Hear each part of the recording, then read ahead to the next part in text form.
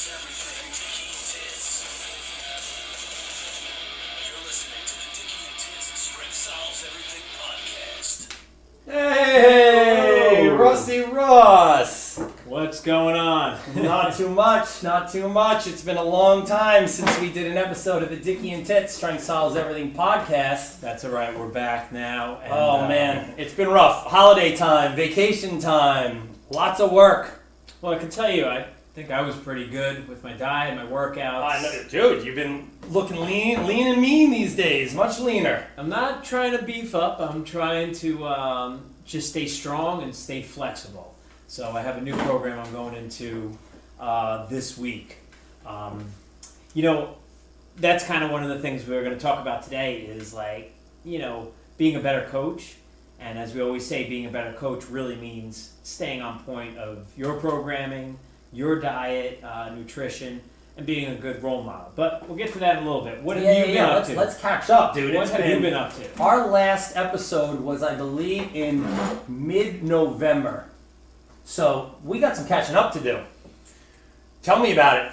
I want to know what's been going on for the last 4 months since we did our last one. What have you been doing? Man, I live on the beach, and the beach is pretty desolate. Well, during the hold on a winter. second. It's desolate right now because Long Beach in the wintertime is desolate. But in the summertime, you will be amongst 10 billion of your closest friends. Oh, it's fantastic, yes. Not much going on there. Just I like to put the head down, and every once in a while, not every year, but every few years, I go through a phase where I just want to learn so much, and I start reading a lot of books. I've really got addicted to podcasts and Audible, so I'm doing this crazy information gathering phase that I'm going through. So it'll help create a lot of great content for this podcast.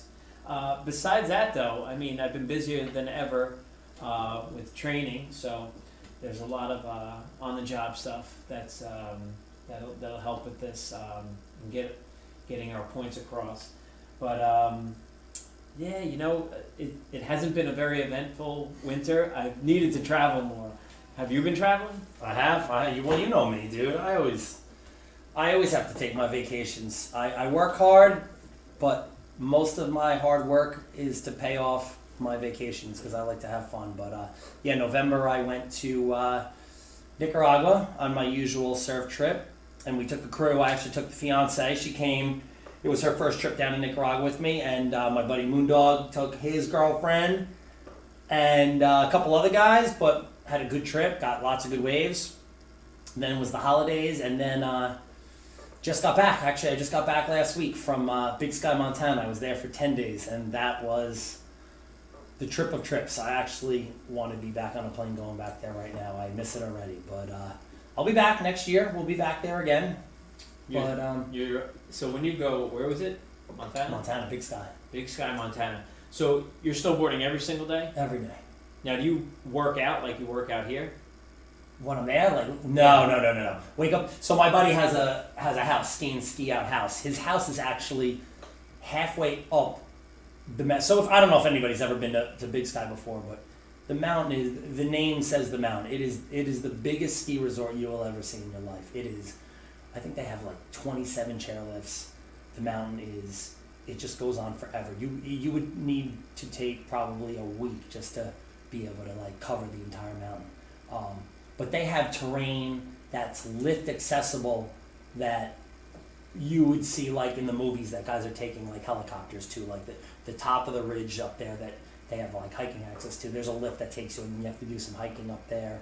The tram takes you to some accessible stuff, but the terrain is insane. So if you ever get a chance to go out there, that mountain's insane. But the mountain's it's huge, and my buddy's house is 3/4 of the way up that mountain. So I think his house sits at about 87 or 8,800 feet above sea levels where his house is. So you leave the house in the morning, you just walk out the garage door, you strap your board on, and there's a catwalk that you just ride right down to the nearest trail, and then you're on the trail, and you actually get to ride half the mountain before you even get on a lift, because he's so far up. And then we literally get on a lift at, first one's on the lift, and 4 o'clock when the lift's closed, we are You ride back down the trail, right to his doorstep, take the board off, take your clothes off, and you jump right in the hot tub with a couple beers. And then we eat dinner, and then we relax and pass out and do it all over again. So there's really no time for anything else. Plus, when you're riding out there, you're not really looking for anything extracurricular when it comes to exercise, because I'm exhausted. I'm sleeping by 8:30. I'm like passed out there. But yeah, so no lifting. Came back and started back on another lifting regimen, and got back on my diet because my diet was way off the mark for how I usually eat and drink. But we're back and we're feeling good and we're lean and mean again. Sounds good. Yeah. I mean, oh man, I'll tell you one thing really quick. I was at a family gathering yesterday, and it always baffles me how everyone gets together and, you know, I'll do a nutrition and lifestyle coaching session with my relatives. They're so engaged and they're so into it, and they're like, oh yeah, we're taking better steps to do it. And I do believe that they are. And then the food will come out. And that's, I, you know, if ever I host a party for my family, and it's not that often, you know, I'm always trying to have great ingredients, good presence of, you know, like good roasted vegetables, the best like types of meats cooked really well, and just attention to quality details, not mass amounts of food. And the food was good. I'm not going to say anything bad about the food as far as how it tastes. It tastes fine. But the types of foods we still are handing out, you know, at family gatherings, I don't know, guys. I think we'd all be a little better off if we had a mindset where when you're entertaining, have even better quality food, because this is the people you love. This is your relatives. I never got into the mindset that why we have vats of, you know, menegat and pasta and, you know, all this stuff that just literally, you know, it's great if you're a Rich or myself and you're smashing workouts. And we want everybody out there to go out there and work out so they can enjoy those types of foods. But man, when you just eat it. Rich? You just said Rich. Oh, Mr. Dickie. There you go. Yeah. No one knows Rich on this podcast. They only know Dickie and Titz. So anyway, it was interesting. I gave a lecture on food, and then, you know, tons of spaghetti and pastries and all this other stuff came out. And it's fine once in a while, no doubt. But, you know, I don't know, sometimes it gets me how people just over-consume and will eat so much, and I don't know, I'm having, you know, in one way I think I'm a great coach where I can hear people out, and I think this is something I need to work on where, you know, I have trouble empathizing sometimes with those type of situations. Like, the math doesn't compute, it doesn't make sense to me why we need to feast to the point where our stomachs are just engorged with so much food that it's like Thanksgiving multiple times a year. You know? I don't know if you have any thoughts on that. Well, I always do like listening to your story. I actually, what Ross just told you guys, I heard a little while ago, and you actually told me another really good one from back at, it was either Thanksgiving or Christmas, but you told me a good one about, I don't know where you were, but the food, or the food quality, or food amounts, whatever it was, but you went off. I caught you right after it happened, and you went off on a Rossi rant like none other. And I always enjoy it, so yeah. I do like those. But before we get into it, I'm going to tell you a quick story feeding off of what Ross just said. So right after the holidays, right after Christmas, my mother was diagnosed with B-cell lymphoma. So that's a blood cancer that she has. So very treatable. My mom is a fighter. She will 100% beat it, and everything will be fine. If there's one good thing that came out of this, my mom is, you know, she doesn't eat terribly, but you know, she could use some work. And one thing about my mom is that she doesn't understand the differences between things like, and a lot of people don't, that yeah, eggs are a healthy source of protein, but not all eggs are the same. Beef, it can be a very, very healthy meat, but not all beef is created the same.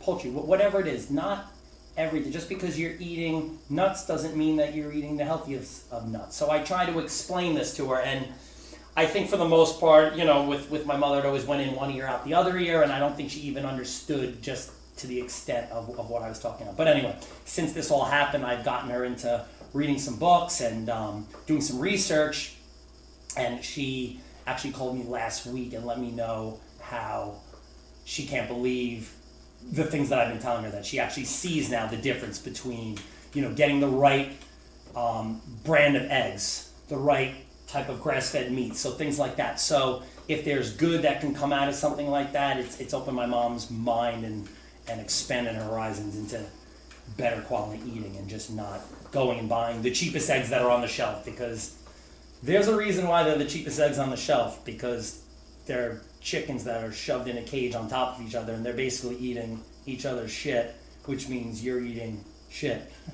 So these are the things that I get at. So, down the road we can talk deeper into that kind of stuff and talking about how all foods aren't created equal. Actually, I believe that is going to be the main topic of discussion when we do finally get Mike Majakis on here. We're going to have him talk. He can go into real big depth on that. But yeah, I mean, nuts are healthy, but not all nuts are the same.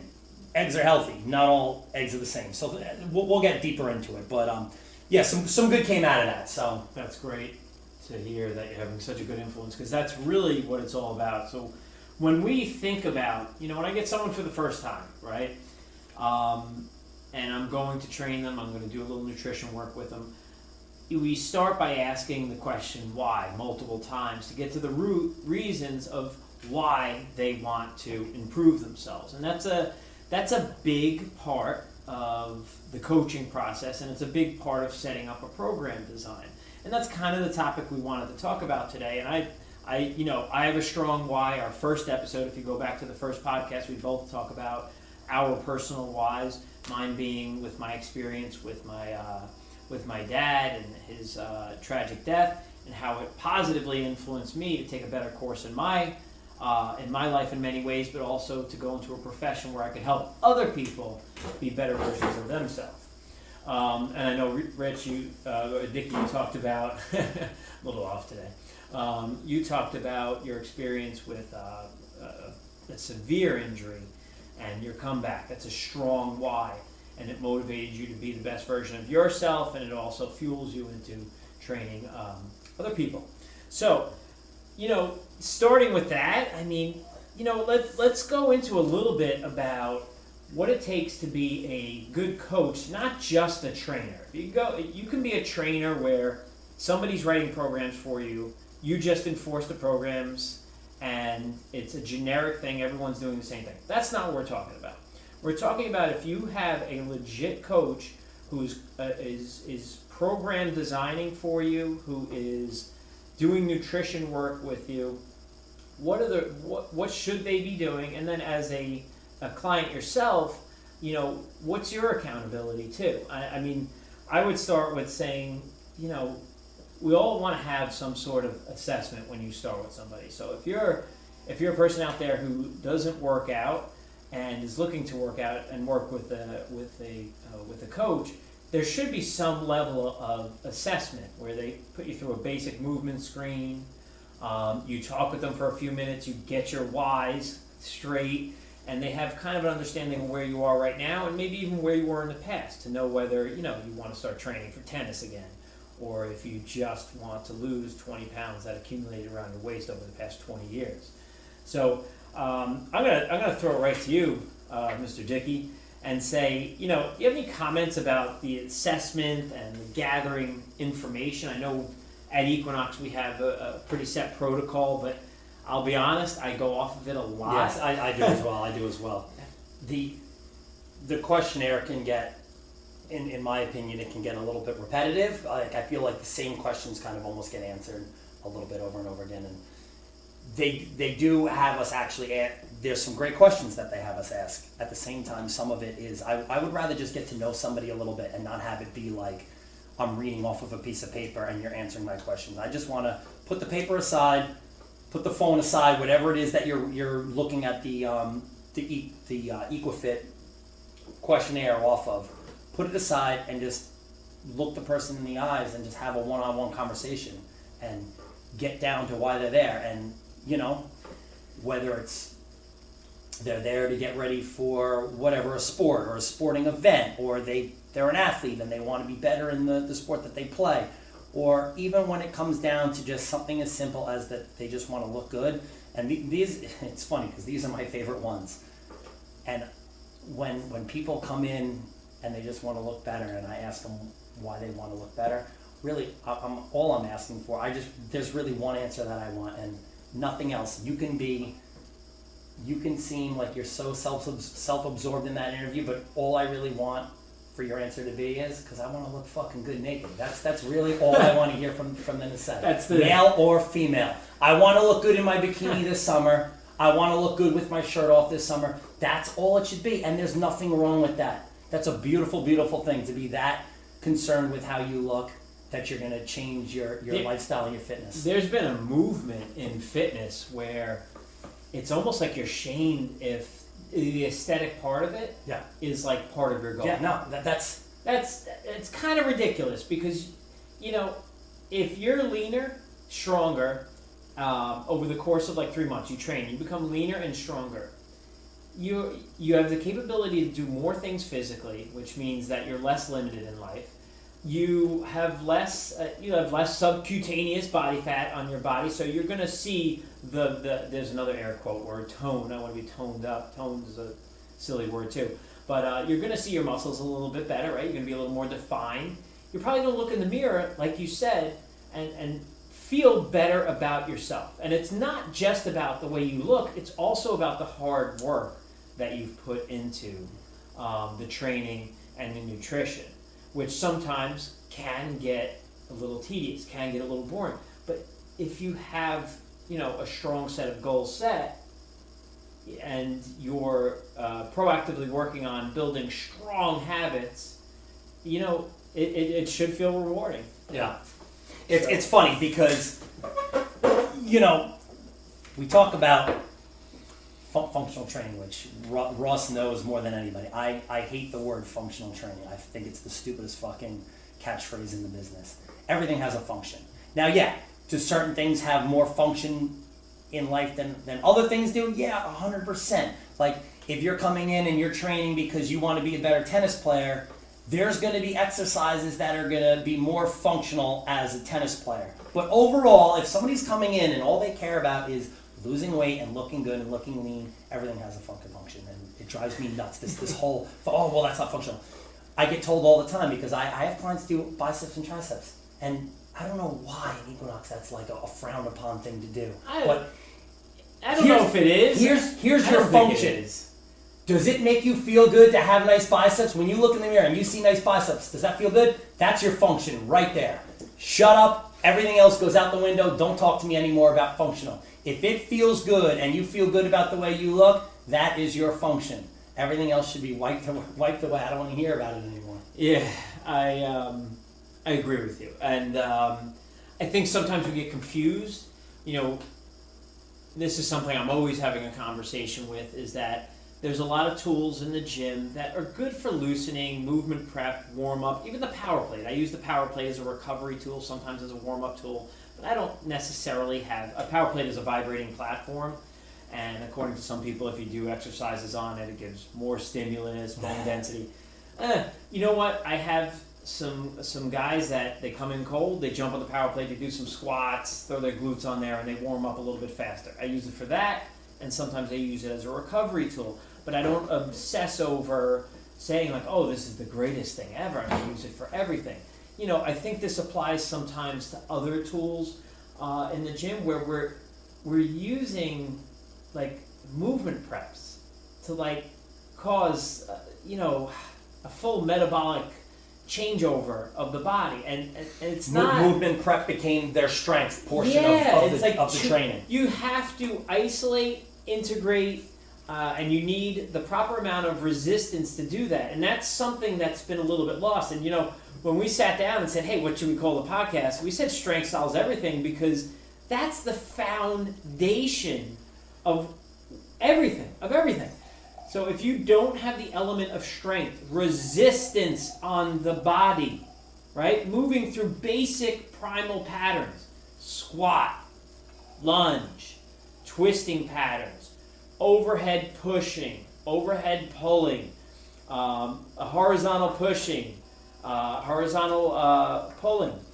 if you don't have these carry, like farmer's walk, if you don't have these basic movements, your body composition is not going to change. You are not going to really make significant gains in strength. I love the fact that there's so many different ways to be more active, that yoga is so much more popular than it's ever been. Even Pilates, right? It's great that we have people getting on there and doing something.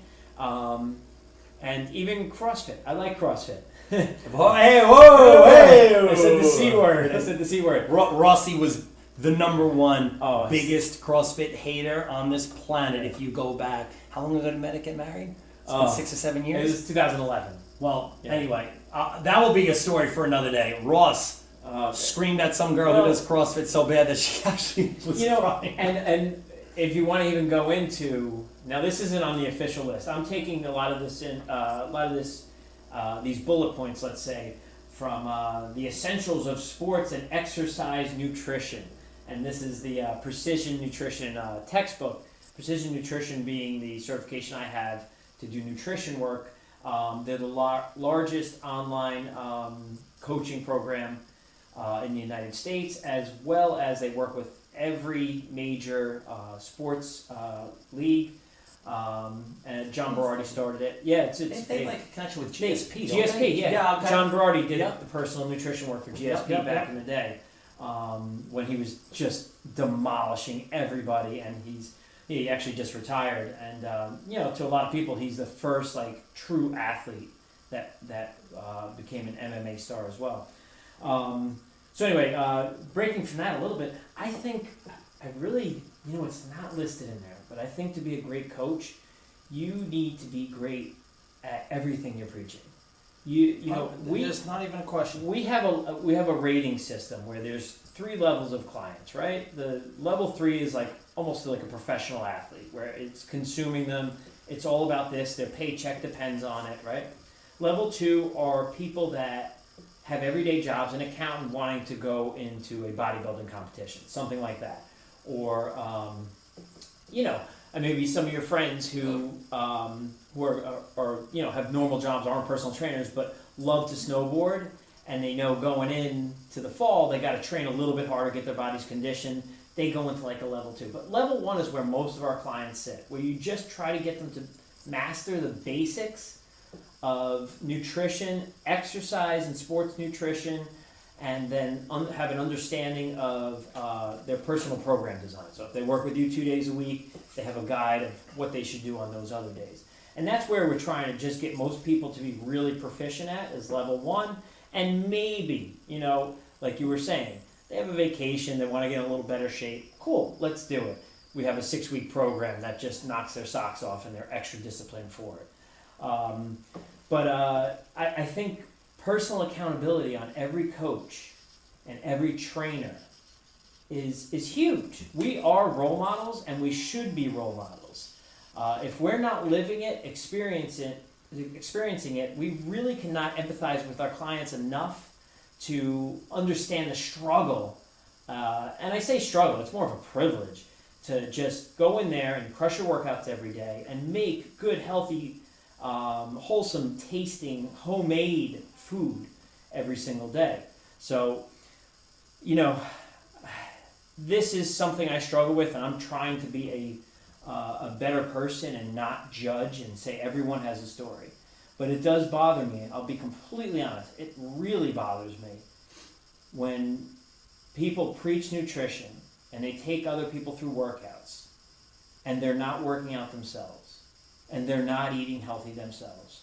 I take what I do so serious, and it's so sacred, that the only way for me to deal with this is to really just let it go and say, everyone's got their own story. Ross, this is what, or Titz, this is what makes you unique. But I have a hard time with it. I'm going to be honest. Yeah. I'm torn with it, because I've had, trainer friends in the past that they don't walk the walk. And they're not bad people. They're not bad people. They're nice people. They're some of the greatest people you ever meet. But what training and coaching is to me is just very different than I think what it is the most. Like, you take it. It's so... there's a funny skit to go back into... I love 80s movies. So if you've ever seen Back to School, there's a great scene Duh. where, oh man, now I'm forgetting the name of the comedian. He was the comedian who always, Sam Kinison. He would always yell. Yeah, yeah. And he was a history Say it, teacher. say it. And so he was in the class and talking about it. He's like, I take history. It's sacred to me. It's like a farmer picks up a pitchfork and it's sacred. It's sacred. Do you understand what I'm saying with that? He rips the back of the chair. And then he goes crazy and, he's out of his mind. But I almost feel like a little Sam Kinison is in me saying like, this is sacred to me and don't violate it in front of me. Now, that being said, there's many different clients out there too that don't want a Dickie and Tits kind of workout where you're going to work hard relative to whoever we're training. If we have a 70-year-old woman who's 30 pounds overweight, obviously we're not going to be doing clean and jerks for time, right? You can go to CrossFit for that. Whoa. And they will be. Yeah. So, with that being said, just try to, if you're someone who's looking for a trainer, find a trainer that looks like they have your best interest in mind. Find a trainer who you see working hard and eats properly. Because that's what you want. You want a role model. I'll hand it over to you. Yeah, I mean, Ross definitely does a better job of keeping himself calm when he gets into stuff like that. I tend to get a little bit more aggressive because that shit drives me fucking nuts. And again, I'm going to say the same thing as Ross. Like I'm not saying that anybody's a bad person. They're all great people. But it shouldn't just be a paycheck, and I feel like that's what, for some people, this job is. It's a paycheck. It's not just reading books and doing research and then regurgitating the book and that research to your clients. How about a little bit of self-testing? You read something in the book, you shouldn't just take it for word and throw it back to your clients. How about you practice what that book might say? Because maybe you're going to find out that maybe the guy who wrote that book, maybe he's off a little bit. Maybe that isn't necessarily so true. But you should be able to answer these questions on the fly to your client. And if you're not practicing all this stuff, how the fuck are you going to answer these questions? You're going to say, I don't know. Well, in the book, that's what he says to do. And this guy seems to know what he's talking about. So let's just go with that. That's fucking bullshit. So, again, if you're going to somebody for training and they don't look the part, why should you be taking their advice? They obviously they're telling you to eat a certain way to get you in shape, but they're obviously not eating that way. They're telling you to train a certain way for your health and your fitness goals, but they're not doing it. And I don't want to ever hear somebody tell me that they don't have the time, because Russ can vouch. I do 10 sessions a day. They're not all in one gym, so it's not just 10 straight hours. I do travel time too, between one gym being Equinox, one training facility, and then in-home clients. I'm all over the place. And Ross will tell you, there's not a day that goes by that I don't find the time, whatever time it is. Even if it's a day I have 3 20-minute segments between clients, I'll break my workout up into 3 20-minute segments, whatever it is to get my workout in. But there's never a day going by where I'll use the excuse, I didn't have the time today to do it. That is absolute bullshit. It's no different to me than going to buy, you got your money together, you've been driving, bottom line cars for your whole life, and now you're making good money, and now you want a nice car, and you pull up to the Mercedes dealer, and you talking to this guy about the Mercedes you're going to drive off with, and he's talking you into the top of the line $100,000 Mercedes, telling you it's the best car in the world, he wouldn't drive anything else, and then you watch the guy drive away, and he's driving like a fucking beat up 89 Corolla or something like that. But it's the same difference. So how can you possibly go with the advice of somebody who's not doing these things themselves? That shit drives me nuts. Well, in the text, there's actually one of the points, point number 15. Number 15 is lifelong learning. So it's a commitment to learning just forever. You never stop. It's the growth mindset, right? That Anthony Robbins talks about. And I agree with that. But it should actually say lifelong learning and experimentation. Experimentation. Yep, Yes. I'm looking at it So, right now. Yeah, read books, listen to podcasts, Google research, talk to people in the field, all the stuff. But yeah, the one thing that it's leaving out is exactly what Ross said: is experiment on yourself. You're the guinea pig. Before it goes to your client, you should be experimenting on yourself, because just because one person says that something works doesn't make it gold. A lot of people have different opinions, and you can't just go by one guy's opinion. If we all did that, then everybody would be doing the same exact thing. Well, this is, this goes into a deeper concept where there are sometimes people out there that are just very knowledgeable, but also know how to talk, and I don't want to say manipulate, but they know how to talk to get people to believe in what they're talking about. And you have to have a strong sense of who you are, what you believe in. Sometimes when you hear things that sound too good to be true, they usually are. The best way to get healthy or lean or whatever kind of label you want to put on it is by having a consciousness of what you're eating, having a strong presence. 5 hours of moderate to heavy exercise a week is like ideal. That's how you get healthy. We know that. And you're going to hear, there's a lot right now about biohacking, health. Even the best people who are working on that will tell you that nothing replaces good old-fashioned activity and exercise with just not eating crap. We can't drill it enough that just get stronger by lifting heavier things, have a good mixture of movement. That's where a good coach will come in mind. And cut yourself out of the artificial world of food. You should be having significantly less things in packages. You shouldn't even have to read labels. But if you do and cannot pronounce the ingredients, you do not eat it. Yeah. I mean, these are not crazy things. So when we say lifelong learning, I'm so humbled by how much I don't know.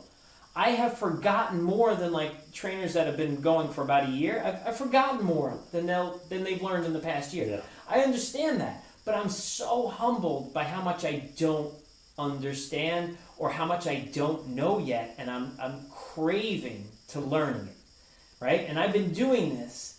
Literally, the first person I trained, actually the first two people I trained, I was away at school for 1 semester. It wasn't for me.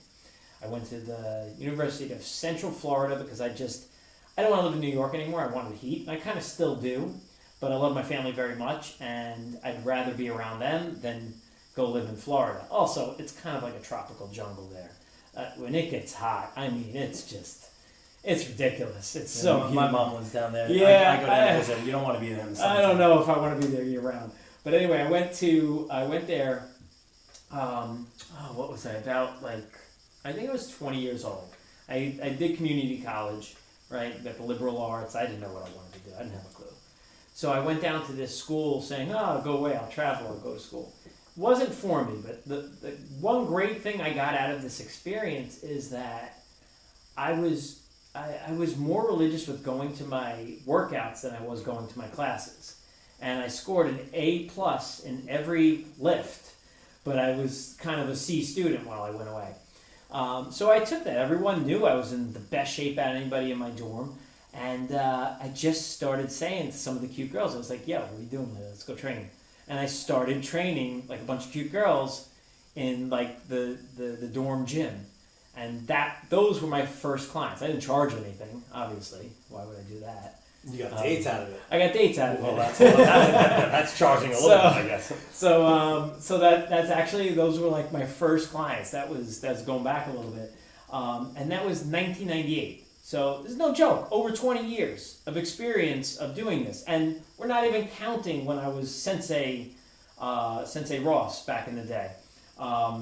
So there's a lot of experience. And I've never stopped learning. I've never stopped reading books. And that's what you should hear out of people you're getting advice. Test. What we're saying is test the people that you believe in. And this is not just for people looking to train with a trainer, right? This is for everybody. Trainers.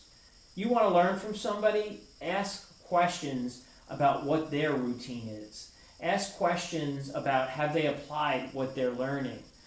Ask questions of how many people have they taken through these protocols, whether it's nutrition or exercise.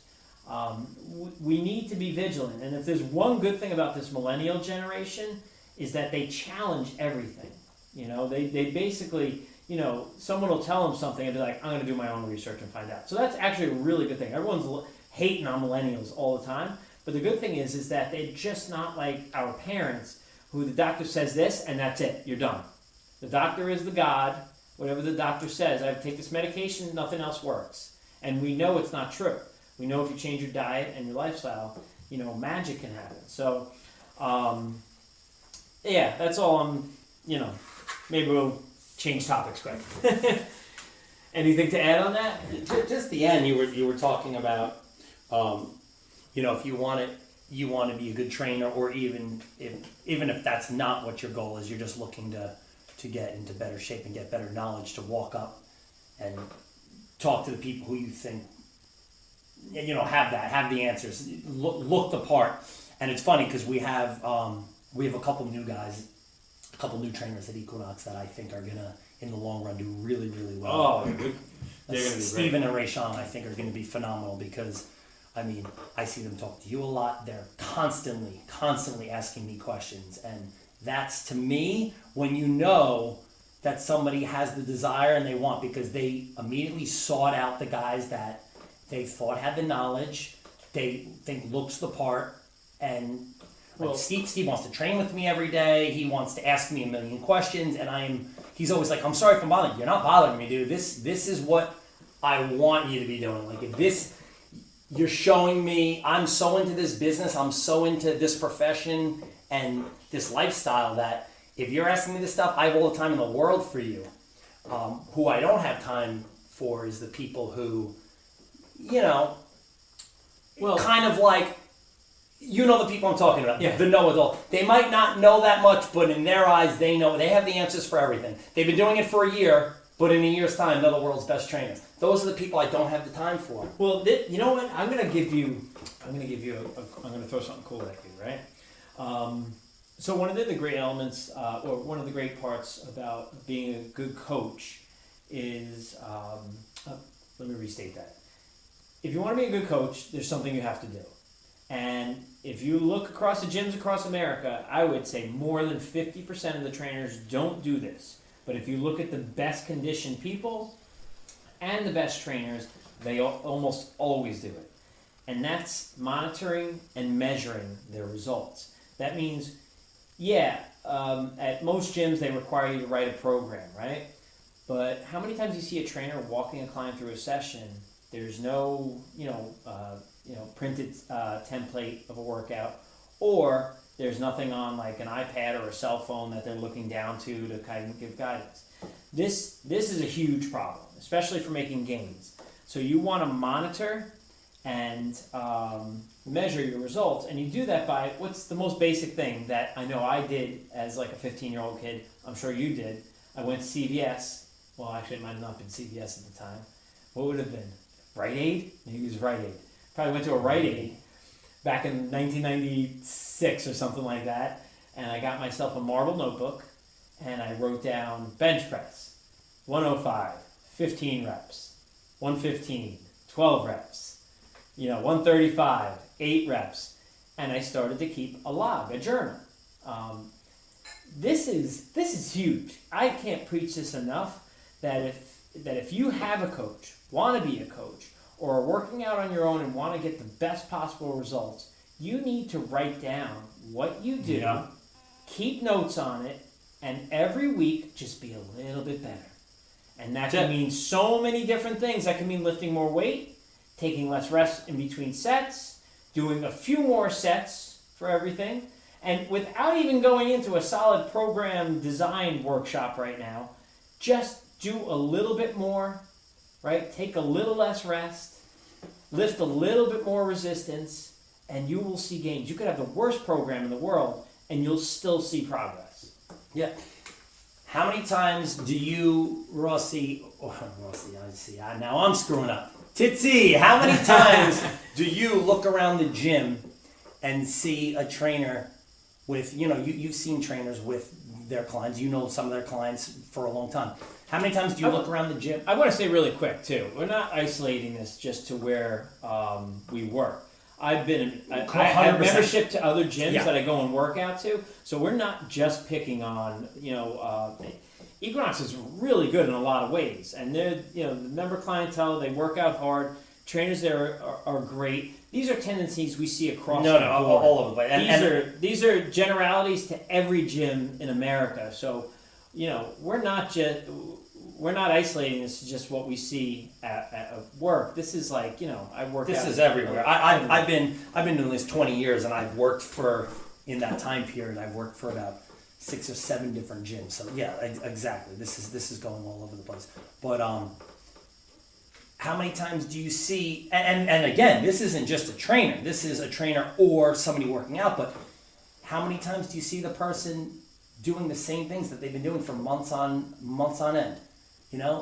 The typical, last week I benched 135 for 10 reps, so I'm going to do this week 135 for 10 reps, or whatever it is. But it's the same things consistently over and over and over again. We're not making improvements, okay?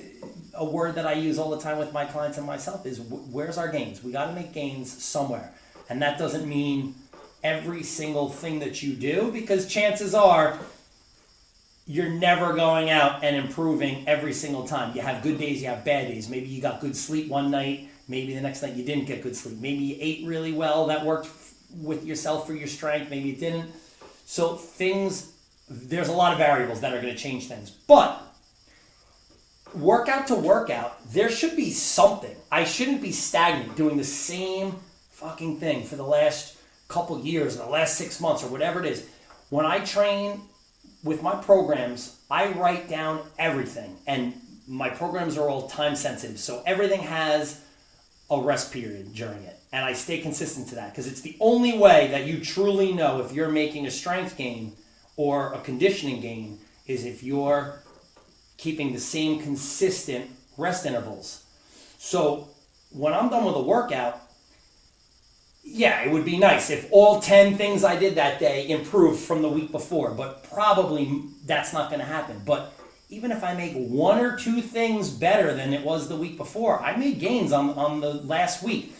And what I mean by rest intervals is, how can you determine if you got stronger if, whatever, I'm just throwing whatever out there. Say you're deadlifting and you're doing 5 sets of 5 at 315, and week 1 you used 2 minutes of rest and you felt really, really good, and the next week you did the same exact weight but you only took 90 seconds rest, and you said, man, I felt a lot weaker than I did. Like, yeah, but you took 30 seconds less rest. That's a huge difference. So week to week, workout to workout, your rest intervals have to stay consistent if you're looking to gain strength.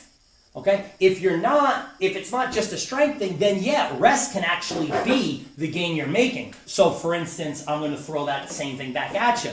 Say you were doing your 5x5, and week 1, you struggled doing it.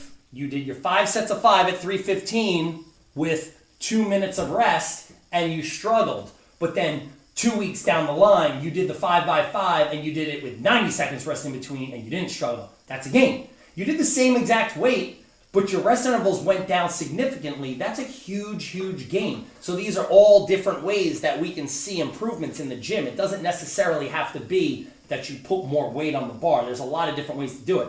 But something should change week to week. It should not be the same exact thing week after week, month after month, year after year. There should be things that are changing in your program and things that are changing in you, making gains as the weeks go on.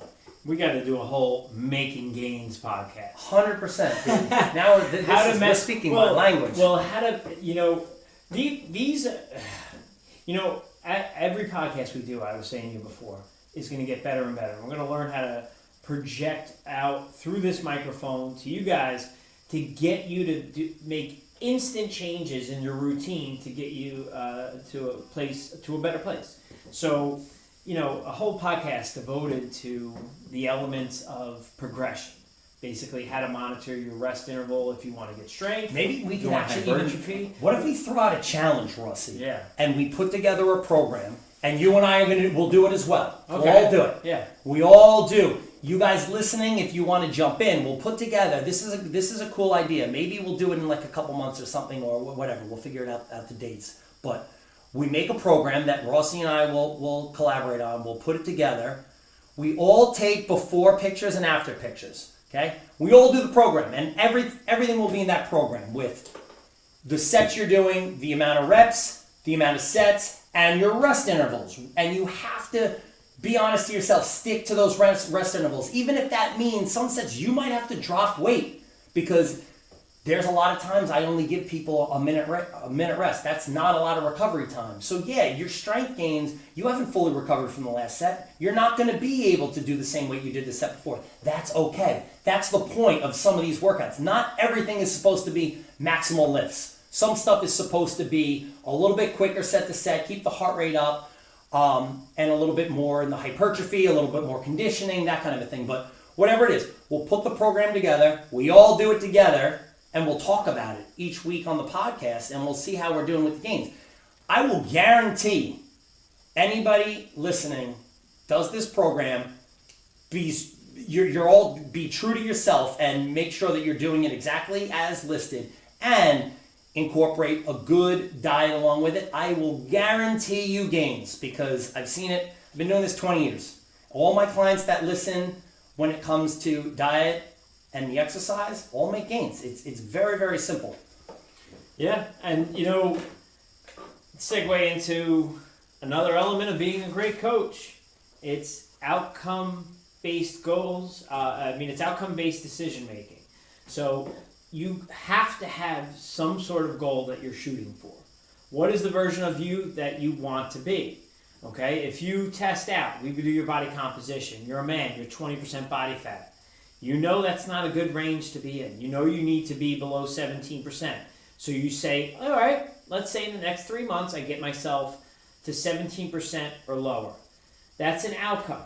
From there, we say, what are the habits that we need to form to get you to where you want to be? And then we set specific dates that we check in. And then, we do the coaching from there. But outcome-based decision making. Rich, what do you think? Dickie, what do you think about that? I think it's a good thing we should maybe start looking into doing. I think, I don't know, you and I are both kind of shitty when it comes to the whole social media thing. Neither one of us really like doing it too much. But maybe we can start throwing out on our social media some questionnaires and see how many people would be interested in doing it, and we can get it going. But definitely a field that I always say I'm going to get better at, but then when it comes down to it, dude, I'm like, where do people find the time for that shit? Well, it's not fun. There's a lot of guys out there that do coaching on social media. Like I currently am listening to his book and following his Instagram, listening to his little bits of information. Some people love him. Some people get really turned off by him. The guy Gary V, he basically had a wine store, and his family had a wine store that he started selling online wine, doing a YouTube station, and preaching about all the things on like what makes a good wine, how you like it, and then he went crazy with social media and he made this company extremely successful. And now he's the guru for utilizing social media for selling whatever you have to. And I'll be honest with you, the reason I always have good numbers being a trainer, the reason my clients love me, is not because I have this miraculous personality. It's because I am so passionate about what I do, and I'm so into what I'm doing, and I have such a general interest in their well-being, right? It's personal to me, and like you said before, it's not a job. But when it comes to social media, I'm not good at that. Yeah. And Neither one of us. At least we both admit that we're not good at it. We have trouble projecting our true selves and through social media, and where for someone 25 years old, this has just been a part of their life their entire time. It hasn't for us. So we're working on it. Even with the podcast, you hear us. I can just speak for myself. I hear myself talk sometimes, and I'm like, oh man, I'm not getting it out right. I sound like a buffoon. But trust me, I'm committed to the process. And where someone who has never lifted before and knows they need an intervention, and they commit to working out and being a little bit better and a little bit stronger and a little more conditioned every single day, that's what I'm committing to right now, is that I want to get better at this. And I'm not currently selling you anything. We don't have sponsors. We're not going to, I mean, we could always pick up clients from them listening to this and saying, hey, I'm on board with what they're talking about. That's possible. But I'm not currently selling you any supplements or anything like that. We're doing this because we love it and it's fun for us and we want to give out proper information. But we're not doing this because somebody's paying us to do it. We're doing this strictly out of the love for what we do in this business. Yeah, and we just want people to be better. We just want people to not be lied to. We want to be honest, and we want people to have, as you say, gains. That's it. Just about being a better version of yourself. Gains, baby. So I don't know. There's like, what is it? 15, 16 different elements of being a great coach. Yeah, we can get into more as we go down the line. We've been rambling for almost an hour, but it's our first time back. I feel like we got the point across for the day, and there's more to come. And again, I know the last time we were on, we talked about a couple of guests coming on. They are coming. It's hard, man. It's really hard with Ross's schedule and my schedule. I shouldn't even say it's that difficult for me and Ross, because for the most part, Ross and I can make the time to get together. It's just, with holidays and everything, we'll be back on schedule. But it is hard to get other people to commit the time to doing it. So we will have these guys that we talked about, the Mike Majakises, the Matt Shackles. We are going to get them on. They want to do it. They told us they're going to do it. It's just finding the time where everybody's schedule meets up to do it. So we will get them on. You guys are going to love to hear these guys. They got a lot of good information. They're fun guys to listen to. I mean, Shackles is a fucking blast to listen to because he can go off on a tangent pretty good, man. When he there's something in the gym he doesn't like, and he does it in a funny way. Like, I don't know. This is just an example I'm throwing out there, but the power plate that Ross was talking about earlier, which is, Ross will use it sometimes to get his clients loosened up. I will never in a million years put somebody on it, but Shackles, who is basically our supervisor, he's our boss at Equinox, and he's in charge of the whole thing, and he's happens to be a fucking beast in the gym. But he took a picture and sent it to me, but somebody chalked the handles on the power plate, the little rubber handles. They chalked them up. So Shackles' message to me. That's a meme. That's a dude, meme. it was hysterical. But Shackles' message to me was, he took a picture of it and he said, "When power plate is getting real." I was fucking hysterical, dude. It was really good. It was really good. We gotta repost it. When we get him on, it will be a really, really, really good time. But again, we got more cool stuff coming up. I think we're still trying to get a cool MMA one on where our friend Medic will be. March 2nd is it? Dude, I'll do it. My place. I was in already, and I talked to Medic about it. Medic doesn't think he can get it done. No, so he Can I talk to Katie? Here's the problem. Katie's going to be away that weekend, so Medic is home with the kids. So I asked him, and he's like, "Oh, dude, bring the kids I over. swear to God, every time there's a sick pay-per-view MMA event on, the last time and now this time, what about is like a weekend where Katie's away and Medic is home with the kids." What about Mike Stein? We can get Mike Stein on. Mike Stein would come on any week. Let's do it. Let's get an authority. Mike Stein would be good. Mike Stein is Mike Stein was on season 3 of Ultimate Fighter. He now owns an MMA facility. He owns a Tiger Showman's MMA, and he currently has, some pretty freaking high-ranked guys. A lot of UFC guys, right? Yeah, Jimmy Rivera, Lyman Good, Julio Arce.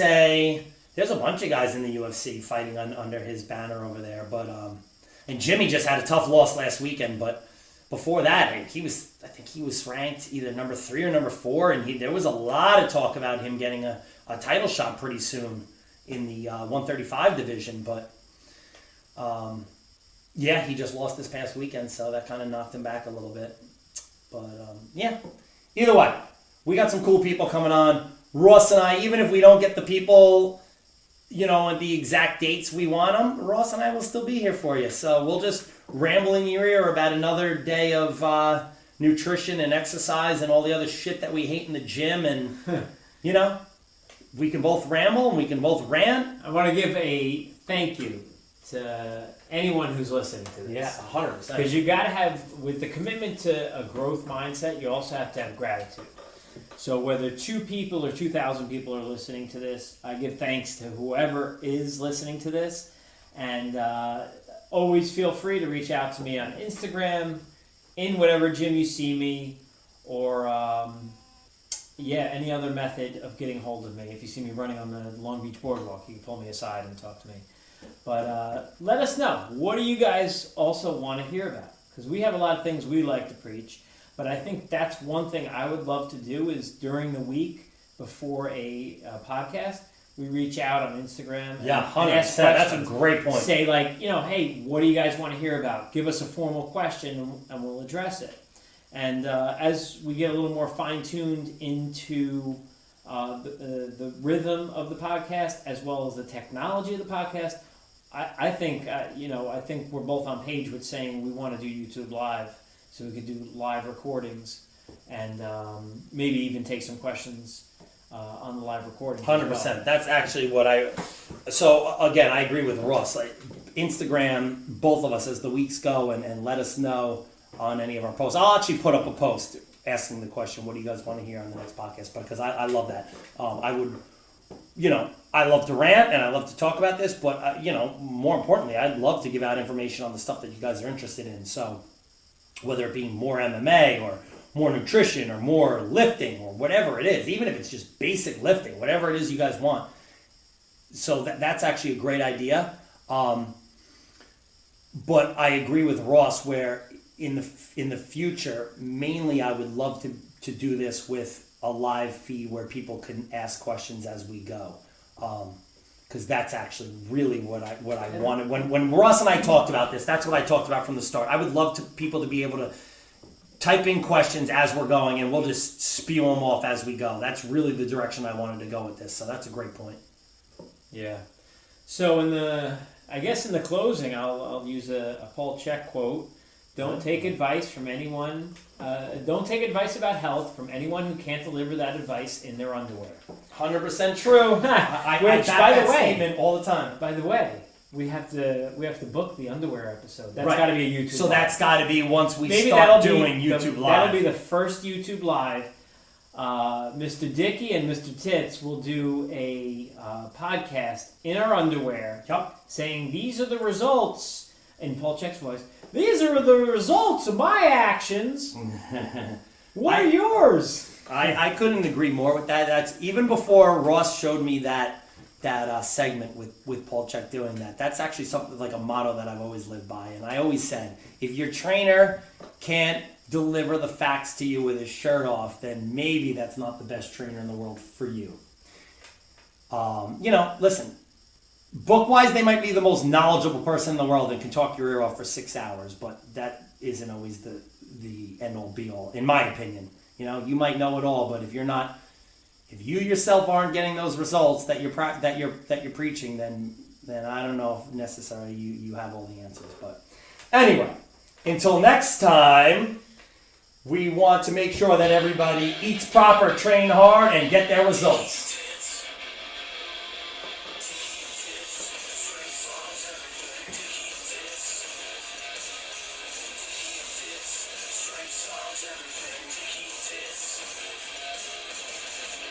You're listening to the Dickie and Titz Strength Solves Everything podcast.